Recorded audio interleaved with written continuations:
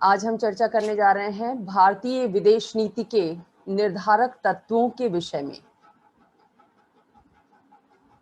विदेश नीति आप जानते हैं किसी भी देश की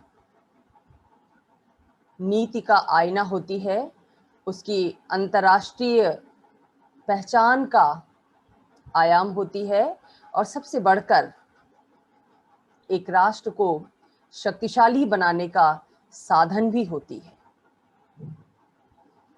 एक देश की विदेश नीति सरकार के द्वारा बनाई जाती है और ये विदेश नीति ये सिद्ध करती है कि एक राष्ट्र की सरकार बाह्य दृष्टि से कितनी ज़्यादा संप्रभुता का प्रयोग करती है, सर्वोच्च सत्ता का प्रयोग करती है, यानी वो विदेश नीति का निर्धारण किसी बाह्य शक्ति के दबाव में नहीं करती। हालांकि वैश्वीकरण के दौर में हम ये देख रहे हैं कि राष्ट्रों की आपसी निर्भरता बहुत ज़्यादा बढ़ गई है। आर्थिक, सांस्कृतिक, कूटनीतिक, सामाजिक नाना प्रकार के संबंध दुनिया के विभिन्न राष्ट्रों के मध्य विकसित हो रहे हैं। ऐसी स्थिति में ये प्रश्न बहुत स्वाभाविक रूप से उपस्थित होता है कि क्या इस दौर में भी एक राष्ट्र अपनी विदेश नीति का निर्धारण अपनी संप्रभुता को बनाए रखते हुए कर सकता है या उसे करना चाहिए? ये प्रश्न बहुत प्रासंगिक है। हालांकि दूसरी तरफ जो एक अहम प्रश्न विदेश नीति के साथ जुड़ा हुआ है कि राष्ट्रीय हितों की वृद्धि पहली आवश्यकता है किसी भी राष्ट्र के लिए, और पारंपरिक रूप में राष्ट्रों के द्वारा जो विदेश नीति बनाई जाती है उसमें इस बात का ध्यान रखा जाता है कि विदेश नीति ऐसी होनी चाहिए जिससे राष्ट्रीय हितों की पूर्ति होती हो। और वास्तव में सभी राष्ट्र दुनिया के अन्य राष्ट्रों के साथ जो भी संबंध स्थापित करते हैं, किसी के साथ शांति का संबंध स्थापित करते हैं तो किसी के साथ युद्ध की नीति पर चलते हैं, ये सब कुछ किसको ध्यान में रखकर करते हैं? राष्ट्रीय हितों की वृद्धि के लिए इस तरह की नीति का निर्धारण करते हैं, राष्ट्रीय सुरक्षा के लिए इस तरह की नीति का निर्धारण करते हैं। तो ये तो विदेश नीति का एक पक्ष है, लेकिन दूसरा पक्ष ये भी है कि दुनिया में प्रत्येक राष्ट्र के साथ दूसरा अन्य राष्ट्र भी जुड़ा हुआ है, उसका वजूद भी है। यानी एक देश को अपने राष्ट्रीय हितों के साथ साथ दूसरे राष्ट्र के हितों का भी ध्यान रखना होता है, और इसीलिए विदेश नीति का निर्माण और उसका संचालन अपेक्षाकृत एक मुश्किल कार्य हो जाता है दुनिया के विविध राष्ट्रों के लिए। तो जहाँ तक विदेश नीति की बात है, विदेश नीति को हम परिभाषित कर सकते हैं राष्ट्रीय हितों के संदर्भ में, राष्ट्रीय सुरक्षा के लिए एक राष्ट्र की सरकार के द्वारा जो नीति निर्धारित की जाती है, जो प्रयत्न किए जाते हैं, दुनिया के साथ संबंधों के विकास के लिए जो प्रयत्न किए जाते हैं, वो विदेश नीति के दायरे में आते हैं। प्रोफेसर महेंद्र कुमार ने भी विदेश नीति को परिभाषित करते हुए लिखा है कि राज्यों के आपसी संबंधों को विकसित करने वाले इस आचरण के अध्ययन को ही मोटे तौर पर विदेश नीति की विषय वस्तु कहा जा सकता है। एक राष्ट्र का दूसरे राष्ट्र के साथ कैसा आचरण होगा, इस बात का निर्धारण विदेश नीति के माध्यम से किया जाता है। और जब एक राष्ट्र विदेश नीति को संचालित करता है तो वो ये भी ध्यान में रखता है कि वो अन्य देशों के व्यवहार को इस तरीके से प्रभावित करे ताकि उसके राष्ट्रीय हितों की पूर्ति अधिकाधिक हो सके। वो दूसरे राष्ट्रों की गतिविधियों पर ध्यान रखता है और उसकी नीतियों का लाभ उठाना चाहता है, उसकी गतिविधियों का लाभ उठाना चाहता है, ताकि ज़्यादा से ज़्यादा उसके अपने राष्ट्रीय हितों की पूर्ति हो सके और साथ ही अंतर्राष्ट्रीय जगत में ज्यादा से ज्यादा राष्ट्र उसकी इच्छा के अनुसार अपने व्यवहार में परिवर्तन कर सके, जिसको हम राष्ट्रीय शक्ति के नाम से जानते हैं। राष्ट्रीय शक्ति एक राष्ट्र की अपनी इच्छा अनुसार दूसरे राज्यों के आचरण को प्रभावित करने की क्षमता का नाम है। तो राष्ट्रीय हित और राष्ट्रीय शक्ति ये दो मूल ऐसे तत्व हैं जो विदेश नीति के निर्माण में केंद्रीय भूमिका निभाते हैं। ह्यूज गिब्सन ने भी विदेश नीति को परिभाषित करते हुए लिखा कि विदेश नीति, किसी भी राष्ट्र की जो विदेश नीति होती है वो ज्ञान और अनुभव पर आधारित एक ऐसी सुनिश्चित वृहद योजना होती है जिसके द्वारा किसी सरकार के शेष संसार के साथ संबंधों का संचालन किया जाता है। उसका उद्देश्य राष्ट्र के हितों को प्रोत्साहित और सुरक्षित करना होता है। गिब्सन ने इस बात पर बल दिया कि विदेश नीति के निर्धारण के लिए ज्ञान और अनुभव की आवश्यकता होती है और एक व्यापक योजना बनाई जाती है। विदेश नीति का निर्माण एक समय में किया जाता है, लेकिन जो नीति निर्माताओं की दृष्टि होती है वो व्यापक होती है। वो भविष्य के विषय में सोचते हैं, देखते हैं कि भविष्य में किन नीतियों के माध्यम से राष्ट्र को लाभ होगा, राष्ट्र की सुरक्षा संभव हो पाएगी, राष्ट्र के आर्थिक हितों को प्रोत्साहित किया जा सकेगा। पंडित नेहरू ने जब भारत की विदेश नीति का निर्धारण करने में प्रधानमंत्री के तौर पर मुख्य भूमिका का निर्वाह किया था, तो स्वाभाविक रूप से उनकी दृष्टि सुदूर भविष्य पर थी कि भविष्य में भारत को कैसे राष्ट्र के रूप में विकसित करना है, भारतीय राष्ट्र का, भारतीय सरकार का, भारतीय नागरिकों का आचरण किस दिशा में ले जाना है कि राष्ट्र शक्तिशाली बन सके और अपने राष्ट्रीय हितों की पूर्ति अनवरत रूप से करता रहे। इस बात को ध्यान में रखकर विदेश नीति का निर्धारण किया जाता है। अब विदेश नीति के कुछ तत्व ऐसे होते हैं जो स्थिर होते हैं, कुछ सिद्धांत ऐसे होते हैं जो स्थिर होते हैं, जिनको एक बार बना दिया जाता है और उसी के अनुरूप राष्ट्र आचरण करते हैं। लेकिन कुछ तत्व ऐसे होते हैं जो परिवर्तनशील होते हैं, जो परिस्थितियों के अनुसार परिवर्तित होते हैं, क्योंकि मानव समाज के समान जो वैश्विक समाज है, जो अंतर्राष्ट्रीय जगत है, जो दुनिया है, दुनिया में विभिन्न राष्ट्र हैं, उनकी स्थितियों में परिवर्तन होता है, उनकी भूमिका में परिवर्तन होता है, उनकी आवश्यकताओं में परिवर्तन होता है। और यही वजह है कि एक राष्ट्र को अपनी विदेश नीति का निर्धारण करते समय इन परिवर्तनों को ध्यान में रखना होता है। परिवर्तित स्थितियों के मुताबिक अगर देश की विदेश नीति में परिवर्तन नहीं किया गया तो ऐसी स्थिति में राष्ट्रीय हितों की पूर्ति संभव नहीं हो पाती और वो राष्ट्र समसामयिक परिस्थितियों के अनुसार अपने आप को ढाल नहीं पाता, विकास के पथ पर अग्रसर नहीं कर पाता। इसीलिए परिवर्तनशीलता आवश्यक है। परिवर्तित परिस्थितियों के अनुसार विदेश नीति में भी परिवर्तन होता रहता है। और तीसरी बात विदेश नीति के संबंध में ये है कि विदेश नीति के निर्धारण में नीति निर्धारकों की बहुत महत्वपूर्ण भूमिका होती है। शासन की बागडोर किनके हाथों में है, कौन विदेश मंत्री है, कौन प्रधानमंत्री है, उसकी विचारधारा पर, उसके विचारों पर, उसकी कर्तव्य निष्ठा पर विदेश नीति का सफल संचालन बहुत हद तक निर्भर करता है, क्योंकि ये नीति निर्धारकों की ही विचारधारा होती है जिसके अनुसार विदेश नीति का संचालन करने वाले अधिकारियों का मार्गदर्शन होता है। तीसरी महत्वपूर्ण बात जो विदेश नीति के संदर्भ में सत्य है महत्वपूर्ण है वो ये है कि आज जब हम सूचना प्रौद्योगिकी के युग में रह रहे हैं, जनसंचार माध्यमों की भूमिका महत्वपूर्ण हो गई है, केंद्रीय हो गई है।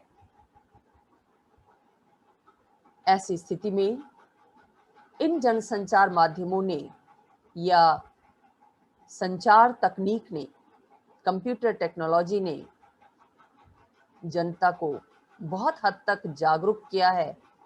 जनता अब सार्वजनिक मामलों में पहले से कहीं ज्यादा दिलचस्पी लेने लगी है। ऐसी स्थिति में अब जनता भी विदेश नीति के निर्धारण को प्रभावित करने लगी है और इसमें उसकी महत्वपूर्ण भूमिका बन गई है, क्योंकि जनसंचार माध्यमों के कारण, सूचना तकनीक के कारण जनता को सभी राष्ट्रीय अंतर्राष्ट्रीय घटनाओं की, जितने भी निर्णय लिए जाते हैं उनकी त्वरित गति से जानकारी हो जाती है। वो उसको विश्लेषित करने में सक्षम हो पाती है और ऐसी स्थिति में वो निर्देशित करने में भी सक्षम हो पाती है कि राष्ट्र की विदेश नीति का निर्धारण कैसे किया जाए। तुरंत उसका रिस्पॉन्स आता है जब भी राष्ट्र के द्वारा, अधिकारियों के द्वारा विदेश नीति के संचालन की दृष्टि से कोई कार्यवाही की जाती है। तो एक तरफ जनता का समर्थन भी प्राप्त होता है और जनता की जो प्रतिक्रिया होती है विदेश नीति के प्रति, वो प्रतिक्रिया भी विदेश नीति के सुधार में, संशोधन में बहुत अहम भूमिका निभाती है। एग्जाम्पल के तौर पर आप ले सकते हैं कि भारत ने पाकिस्तान के साथ अपनी विदेश नीति की समीक्षा करते हुए जब सर्जिकल स्ट्राइक किया, उस समय भारतीय जनता की जो प्रतिक्रिया थी वो सरकार के पक्ष में थी, क्योंकि जनता ये चाहती थी कि जिस तरह से पाकिस्तान आक्रामक कार्यवाही को अंजाम दे रहा है, कश्मीर में आतंकवाद को प्रोत्साहित कर रहा है, भारत सरकार को भी जवाबी कार्यवाही करनी चाहिए। तो इस तरह से जनता की भी आज के दौर में विदेश नीति के निर्धारण में अहम भूमिका होती जा रही है। जनता के जो विचार हैं वो पुनर्निवेश के रूप में कार्य करते हैं, निवेश के रूप में कार्य करते हैं। उसकी प्रतिक्रिया के आधार पर सरकार विदेश नीति के संचालन में, उसके निर्माण में सक्षम होती है। अब जहां तक भारत की विदेश नीति का संबंध है कि भारत की विदेश नीति का निर्धारण कैसे किया गया, किन तत्वों ने उसे प्रभावित किया, उसके निर्धारक तत्व कौन से हैं, तो हमें ये ध्यान रखना चाहिए कि स्वतंत्रता के बाद भारत की जिस विदेश नीति का निर्धारण नेहरू मंत्रिमंडल के द्वारा किया गया, उसके निर्माण में, उसके निर्धारण में आंतरिक परिस्थितियों और अंतर्राष्ट्रीय परिस्थितियों दोनों का अहम रोल था और किसी भी अन्य देश के समान राष्ट्रीय हित को सामने रखकर विदेश नीति का निर्धारण किया गया।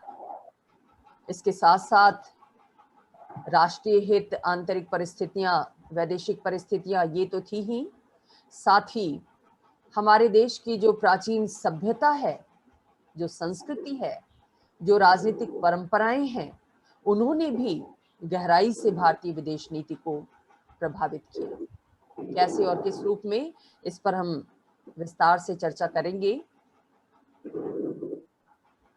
आपने कौटिल्य का दर्शन पढ़ा है, राजनीतिक दर्शन।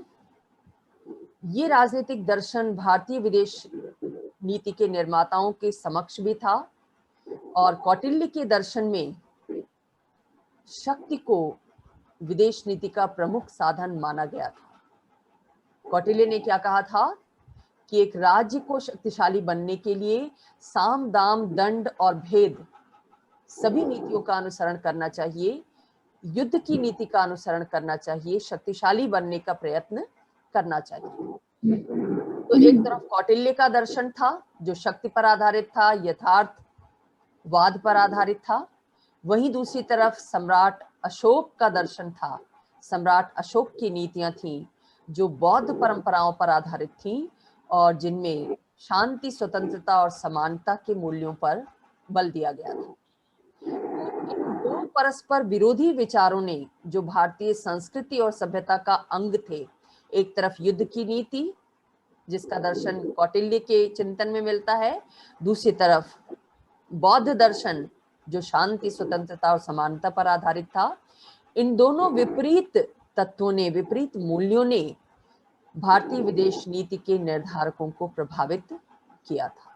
इसके साथ साथ गांधी का जो अहिंसावादी दर्शन था, जो स्वतंत्रता संग्राम के आदर्श थे, या जो वसुधैव कुटुंबकम की भावना थी, वो भी भारतीय विदेश नीति के निर्धारण का आधार बनी।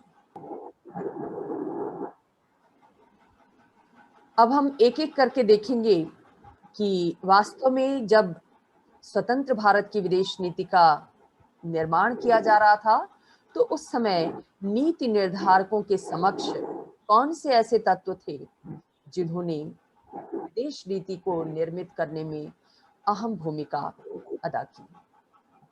तो इन तत्वों पर जब हम नजर डालते हैं तो सबसे पहले हमारे सामने देश का भूगोल आता है, भौगोलिक परिस्थितियां आती हैं।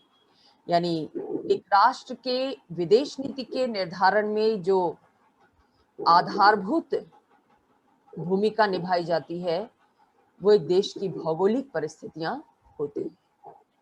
और मैकाइंडर जैसे विद्वान ने जब भू राजनीति की चर्चा की, जियोपॉलिटिक्स की चर्चा की, तब उन्होंने ये माना कि एक देश का भूगोल उसकी विदेश नीति के निर्धारण में निर्णायक भूमिका निभाता है। तो भारतीय विदेश नीति को उसके भूगोल ने कैसे प्रभावित किया है? हम देखते हैं कि भारत क्षेत्रफल की दृष्टि से एक बहुत बड़ा देश है। उसकी जलवायु एक खास तरह की है, समशीतोष्ण है, और उसकी जो अवस्थिति है, उसकी जो भू आकृति है, ये सब मिलकर इसके भूगोल का निर्माण करती हैं, और इन सभी ने भारत की विदेश नीति को प्रभावित किया है। विशाल आकार के कारण हम ये देखते हैं कि भारत में प्राकृतिक संसाधन प्रचुर रूप में मौजूद हैं। प्राकृतिक संसाधन किसी भी देश की जनसंख्या की आवश्यकताओं की पूर्ति के लिए आवश्यक होते हैं। प्राकृतिक संसाधनों में खनिज पदार्थ, पेट्रोलियम, कृषि योग्य भूमि, जल संसाधन, ये सब कुछ आते हैं। तो भारत के पास प्रचुर प्राकृतिक संसाधन मौजूद थे, लेकिन समस्या ये थी कि भारत के पास इन संसाधनों के भरपूर उपयोग की टेक्नोलॉजी नहीं थी, और इस टेक्नोलॉजी को आयातित करने के लिए या अन्य तरीकों से प्राकृतिक संसाधनों को सक्रिय बनाने के लिए पूंजीगत संसाधन नहीं थे। लंबे समय तक विदेशी शक्तियों का गुलाम रहा था भारत, और उसके आर्थिक संसाधनों का दोहन किया जा चुका था।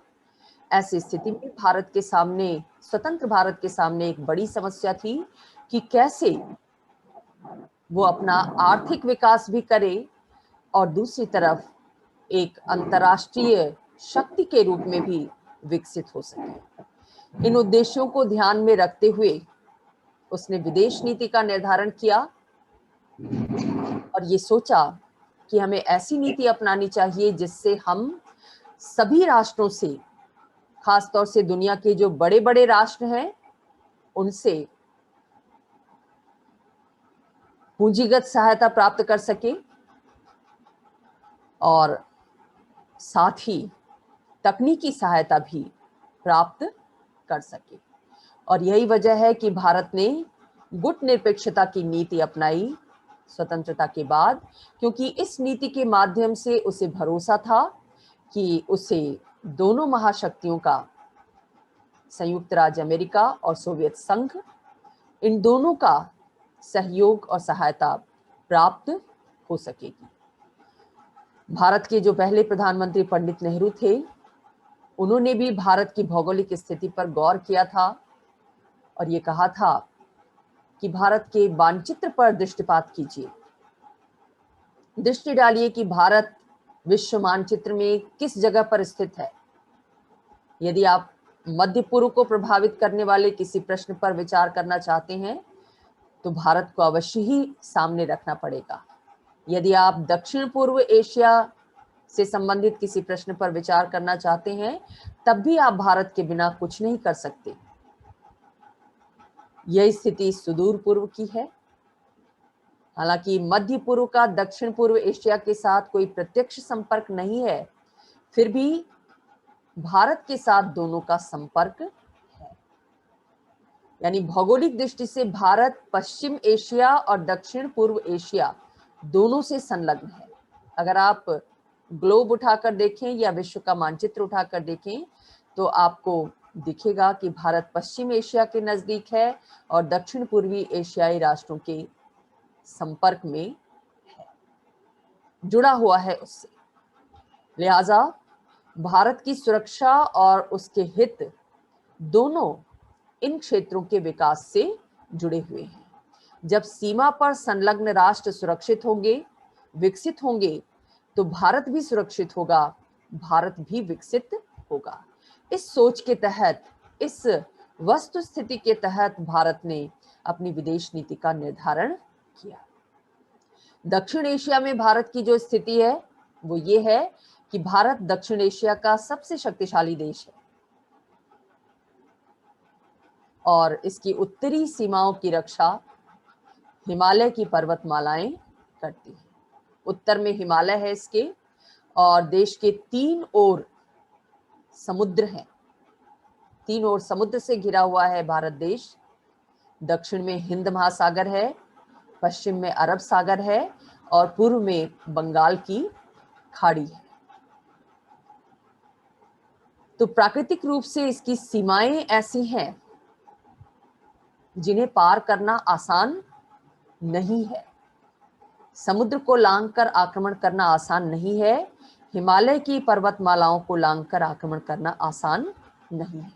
ऐसी स्थिति में भारत की सुरक्षा उसकी प्राकृतिक सीमाएं स्वाभाविक रूप से करती हैं, लेकिन इन प्राकृतिक सीमाओं को अपने राजनय के माध्यम से और मजबूत बनाना। हाँ बताओ। मैम, अंग्रेज तो समुद्र के मतलब पानी के रास्ते से ही आए थे, 2 साल राज करके गए। बिल्कुल सही।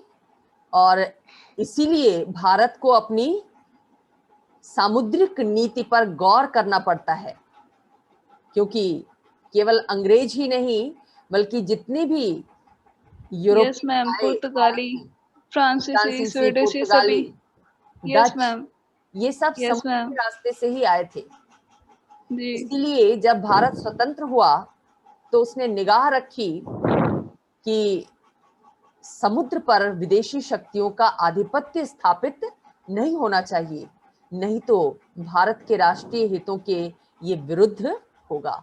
और यही वजह है कि आप अंतर्राष्ट्रीय राजनीति पर अगर आप गौर करें तो भारत की मांग हमेशा से ही रही है कि हिंद महासागर को शांति का क्षेत्र घोषित किया जाए, यानी इसमें महाशक्तियां या दुनिया के राष्ट्र युद्ध की स्थिति में ना बने,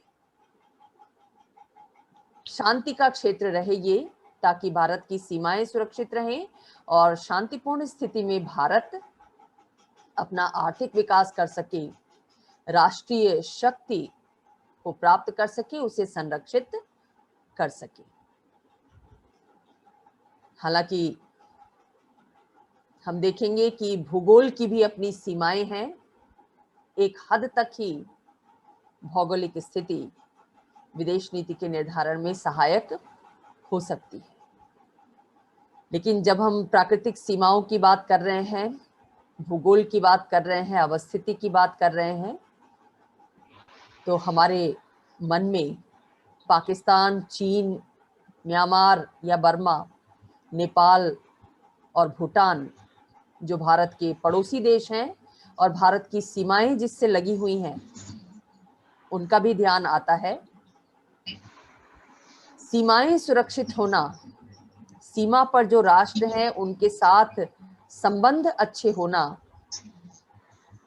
विदेश नीति निर्धारकों के लिए एक बड़ी चुनौती होता है, साथ ही एक बड़ी आवश्यकता भी होता है। मैम, इनमें से तो किसी के साथ भी अच्छे संबंध नहीं है। कोशिश है, विदेश नीति का निर्धारक क्या कहते हैं कि इन राष्ट्रों के साथ हमारे संबंध अच्छे होने चाहिए, और भारत की कोशिश रहती है, ऐसा नहीं है।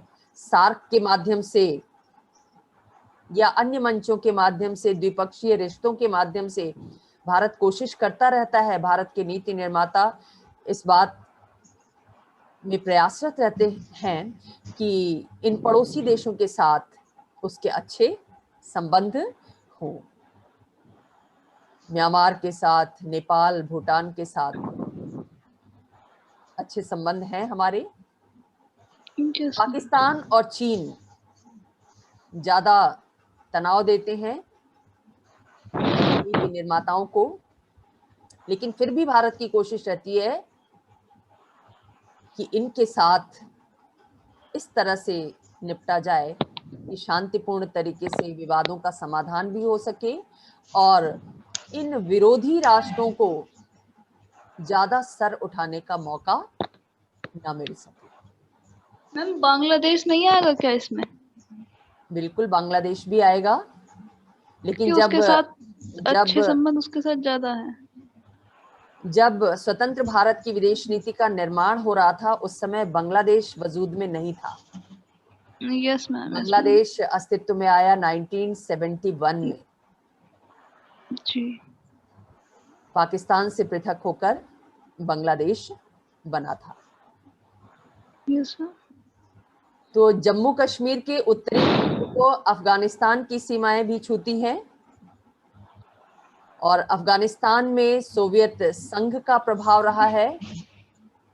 अफगानिस्तान के माध्यम से सोवियत संघ की सीमा भी हमारे नजदीक हो जाती है। मैम, पाकिस्तान से विभाजन से पहले अफगानिस्तान ही तो था। बिल्कुल, सांस्कृतिक संबंध रहे हैं अफगानिस्तान के साथ हमारे। जी। तो इन देशों के साथ अपने संबंधों को बनाए रखना भारतीय विदेश नीति का एक महत्वपूर्ण उद्देश्य रहा है। और सेकेंड वर्ल्ड वॉर के बाद जब शीत युद्ध शुरू हुआ दुनिया में, विचारधाराओं की लड़ाई शुरू हुई, साम्यवाद का अग्रणी देश बना सोवियत संघ और पूंजीवाद का अग्रज संयुक्त राज्य अमेरिका। 1949 में हमारे पड़ोसी देश चीन में साम्यवादी सरकार की स्थापना हुई, और ये साम्यवादी सरकार ऐसी थी जो रूस को ही चुनौती देती थी। हालांकि दोनों ही देशों में साम्यवादी व्यवस्था थी, लेकिन रूस और चीन शक्ति संघर्ष में उलझे रहे हैं। ये एक बड़ा अंतर्राष्ट्रीय तथ्य रहा है। तो इस फैक्ट को ध्यान में रखते हुए भी भारतीय नीति निर्माताओं ने जो विदेश नीति बनाई, उस विदेश नीति में सोवियत संघ के पक्ष में अपनी नीति का निर्धारण किया, क्योंकि उन्हें ऐसा लग रहा था कि सोवियत संघ चीन से उनकी सुरक्षा करने में सहायक हो सकता है, पाकिस्तान से रक्षा करने में सहायक हो सकता है, खास तौर से उस स्थिति में जब शुरुआती दौर में पाकिस्तान के पक्ष में संयुक्त राज्य अमेरिका जैसा राष्ट्र था। शुरू में अमेरिका पाकिस्तान को समर्थन देता था, उसे सहयोग प्रदान करता था, जो भारत के राष्ट्रीय हितों के विपरीत था। तो इस शक्ति संघर्ष में अपने राष्ट्रीय हितों को पूरा करने के लिए, राष्ट्रीय सुरक्षा के लिए भारत ने सोवियत संघ के पक्ष में अपनी विदेश नीति का निर्धारण किया। और न केवल निर्धारण किया, बल्कि हम ये देखते हैं कि 1971 के दशक में उसने रूस के साथ मैत्री संधि की, जो आगे चलकर बहुत काम आई भारत के। जब 71 में बांग्लादेश के प्रश्न पर भारत पाकिस्तान युद्ध छिड़ा, तो ऐसी स्थिति में सोवियत संघ ने भरपूर सहायता भारत को प्रदान।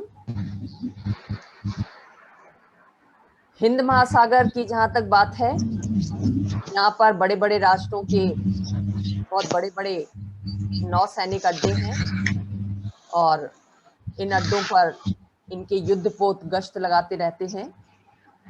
जैसे डियागो गार्शिया अमेरिका का नौसैनिक अड्डा है हिंद महासागर में।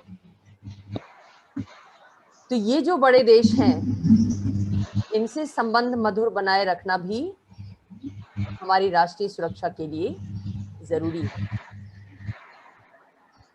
और यही वजह है कि भारत ब्रिटेन और अमेरिका के साथ संबंधों की दृढ़ता पर जोर देता रहा है।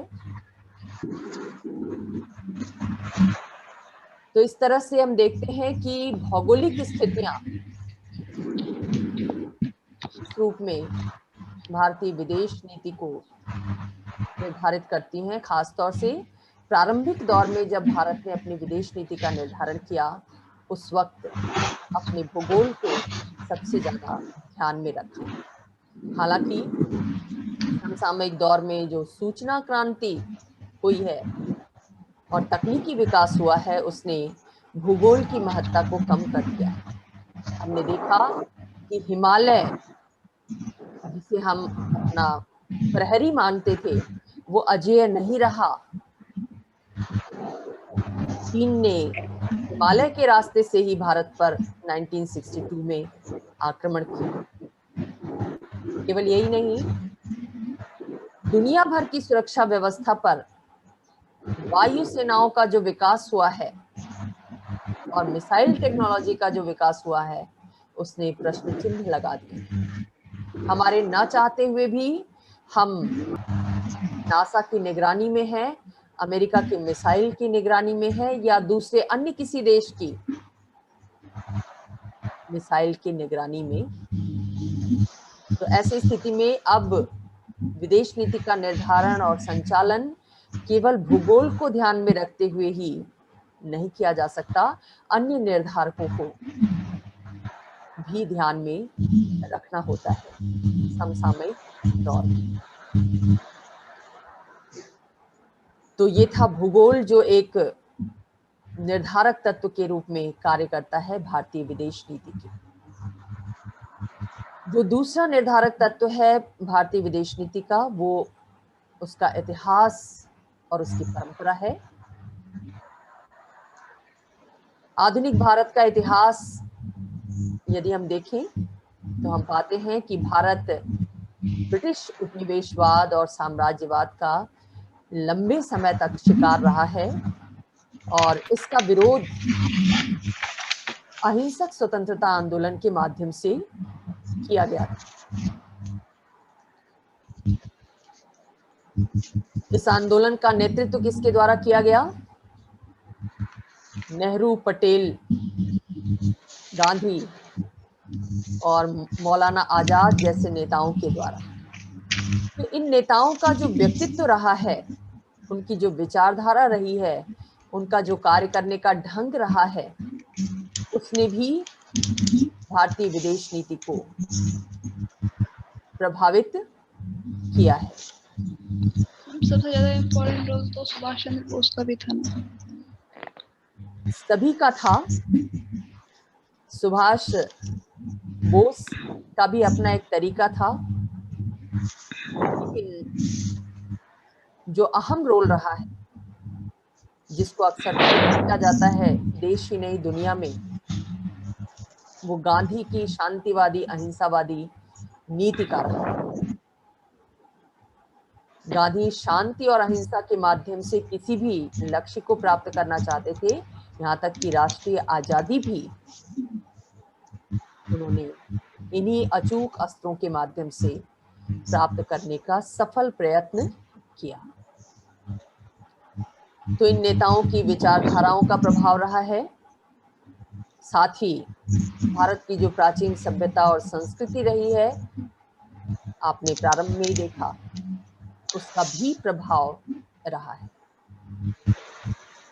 भारत के पारंपरिक मूल्य वेदों और धर्मशास्त्र द्वारा प्रदत्त हैं, और जो महत्वपूर्ण भारतीय मूल्य रहे हैं, सांस्कृतिक मूल्य जिन्होंने भारतीय विदेश नीति को आकार प्रदान किया है, वो है सहनशीलता, साध्य और साधन को समान महत्व देना और अहिंसा।